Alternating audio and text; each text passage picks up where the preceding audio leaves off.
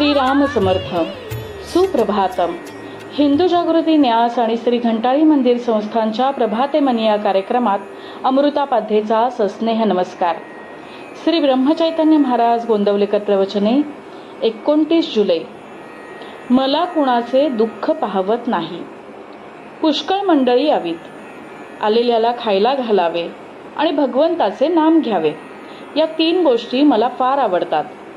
त्या जो करेल त्याच्या हयातीत त्याला कधीही कमी पडणार नाही. जो माझ्या स्मरणात प्रपंच करतो त्याच्या प्रपंचात मी आहे. माझ्या माणसाने प्रपंचात हेळसाण केलेली मला आवडायची नाही. उलट इतरांच्यापेक्षा त्याने जास्त दक्षता दाखवली पाहिजे. कमी आहे त्याची काळजी न करता, जास्त असेल तर त्याविषयी ममत्व न ठेवता जो येईल तसा खर्च करतो तो मनुष्य ते सर्व मला देतो. मला विकत श्राद्ध घ्यायची सवय आहे. मला स्वतःचा प्रपंच करता आला नाही, पण दुसऱ्याचा मात्र चांगला करता येतो. माझ्याजवळ एकही पैसा नव्हता आणि खाणारी माणसे पुष्कळ होती, पण मी कधीही काळजी केली नाही. मी आजपर्यंत पैशासाठी कुणापुढे जीभ विटाळली नाही. उद्या जर कोणी 1 लाख रुपये माझ्या नकळत माझ्या उशाशी आणून ठेवले तर मी ते विष्ठेसारखे बाजूला सारीन आणि स्वतःच्या श्रमाने 4 आणे मिळवून पोट भरेन. मला आवडते की एक लंगोटी घालावी, मारुतीच्या देवळामध्ये राहावे, भिक्षा मागावी आणि अखंड नाम घ्यावे. हे करायला कोण तयार आहे? मी आपला नामाचा हट्ट कधी सोडला नाही.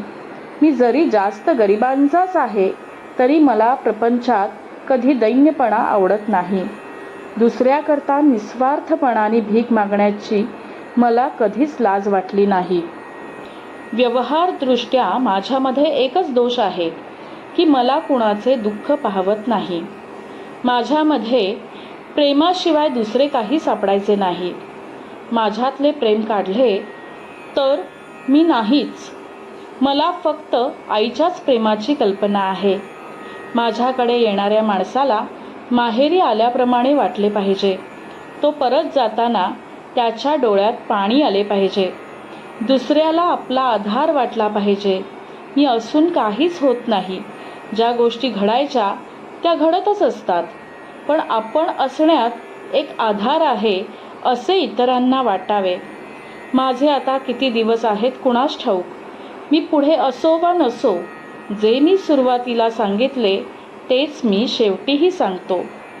तुम्ही कसेही असा, पण भगवंताच्या नामाला सोडू नका. रामरायाने तुम्हा सर्वांवर कृपा करावी ही माझी त्याला प्रार्थना आहे. तुम्ही माझ्यासाठी इतक्या आपलेपणाने कष्ट करता याची मला जाणीव आहे.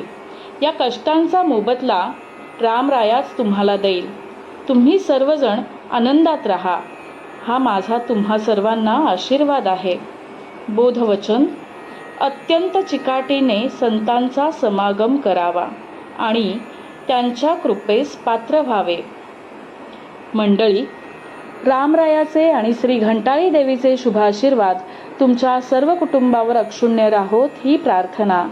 जानकी जीवन स्मरण. जय जय राम.